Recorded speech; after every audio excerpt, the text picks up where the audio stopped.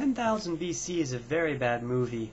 I didn't have very high expectations for it, but I still hoped it would be better than it was. The director, Roland Emmerich, has actually made a number of movies that I found to be pretty bad, but inexplicably make lots of money. The last one was The Day After Tomorrow. This movie is, its biggest sin is it's boring. There are no real actors in it, certainly no one that's very good. It was actually very hard to tell anyone apart. I wasn't quite sure who the hero was in a number of scenes, because they kind of looked like cavemen. The CGI, very underwhelming in this, especially giant saber-tooth cat. Some of the mammoths look good, and there's some very beautiful, very noisy, complicated, large city shots of pyramids being built with hundreds of slaves and giant mammoths pulling bricks and such. You just kind of stand there trying to look at everything like it's a Where's Waldo poster. But that's about the extent of what was actually good in the film. Yeah, even the narrator sounded bored in this.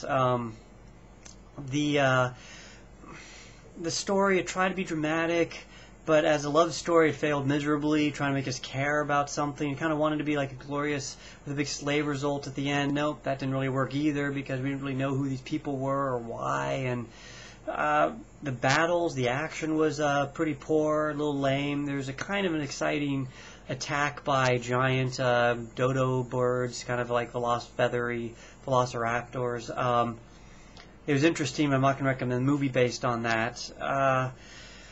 There's even, as far as the story goes, towards the end there's a lot of mysteries that are kind of brought up, but nothing that's ever really answered or delved into. I want to know who the gods that were building these pyramids, who they really were, why were they veiled.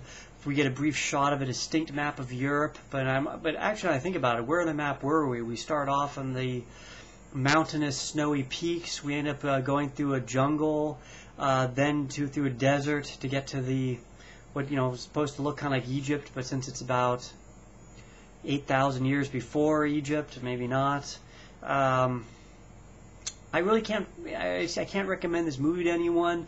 Like I said, it mostly was boring, and that's one of the biggest sins that I just simply can't put up with in a movie. I'll admire it for a lot of other things if it's interesting to me, but this just failed at almost every level I could think of. So can't recommend it. I'll give it 1.5 stars. Maybe 2, because the special effects were good in a couple of shots, but not really.